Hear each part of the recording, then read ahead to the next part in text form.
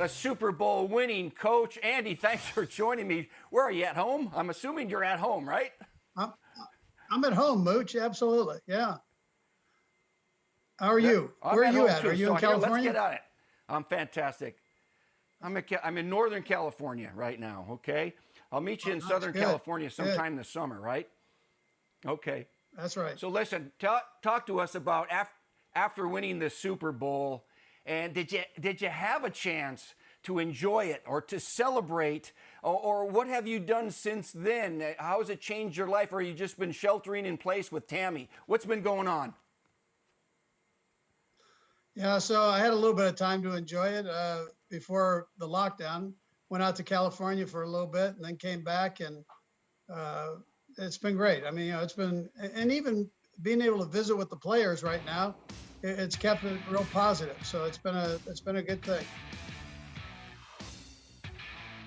Let's go back to coaching, because we have now a new way of coaching. And I'm going to grab something right here in my office. I got all kinds of stuff in my office. All right, I know you have one of these, Andy Reid. All right, it's our staff 28 years ago. Look at you. You had hair and everything else. And Gruden and me, Dick Geron, I just talked to him, and Sherm and Bray Bob and that bunch. You remember it well, right? But I want to know this new way of coaching now, this virtual meetings that you've been a part of. Do you get on with all the position groups when they're having installations or position meetings? What do you do as the head coach? Do you get on with everybody once in a while?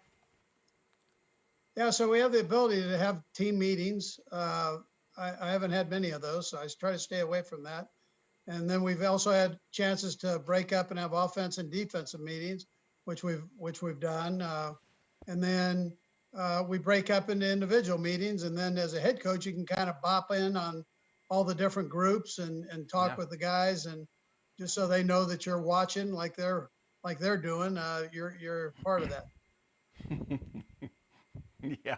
So you guys return 20 of 22 starters from that Super Bowl team, and you open with, yes, the Houston Texans.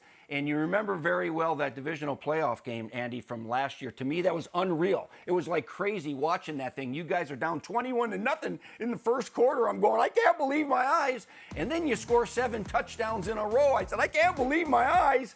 Talk about facing that team in your opener and playing against J.J. Watt and Deshaun Watson and the boys. Well, yeah, listen, O'Brien's done a great job there. They've got a heck of a football team, and we respect the heck out of them. We didn't play very well to start that game, and we've got to do a better job the next time of starting faster. But I was proud of the guys for hanging in there. I didn't see anybody drop their heads and hang their heads and so on. Everybody kept a positive attitude, and we were able to turn it around. I know you don't look ahead to week 12 yet, but you played the Bucs and Brady and Gronk and those guys over, with Tampa Bay. Your thoughts about that? Or are you going to just think about that when the time comes?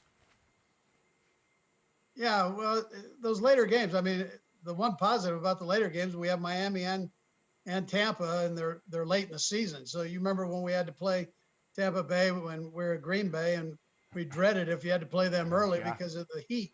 So we've got both Florida teams late in the year, which is a positive, I think, if you look at those kind of things. So you always kind of look at Buffalo, and you go Buffalo, Green Bay. You want to play early in the season. The Florida teams want to play late in the season. So we're lucky enough to have that. Yeah. All right. You and I, when we were back sharing an office in Green Bay for Mike Holmgren, we would take a walk around Lambeau Field in the concourse level there when it was snowing outside and get some exercise. And it's called Lambeau Field. Well, you know what, Andy? You have 7 more wins to go, and you're going to leapfrog Curly Lambeau in total amount of wins in your coaching career for 5th place. And I know you're a humble guy, Andy, but I know these statistics, and you get your 7 wins next year and jump into 5th place all time ahead of Curly Lambeau. Your thoughts? Yeah, it's pretty amazing. I mean, you and I, we were like young pups back then, and you had no gray hair, and I had hair, which is good. And we had a lot of fun. And that Curly Lambeau thing was pretty big, obviously, in Green Bay. and you're one of the people don't realize this, but you were a Green Bay fan from the time you were a little guy growing up in Iron Mountain.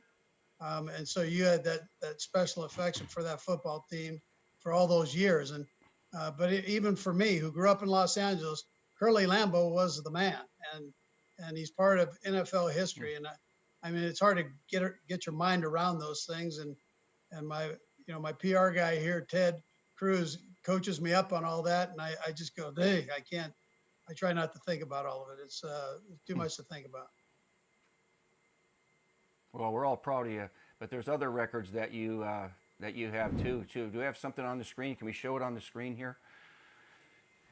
There, you got the record. You got the record over there at the prime quarter for eating the 40-ounce steak, the fastest in the history of the world.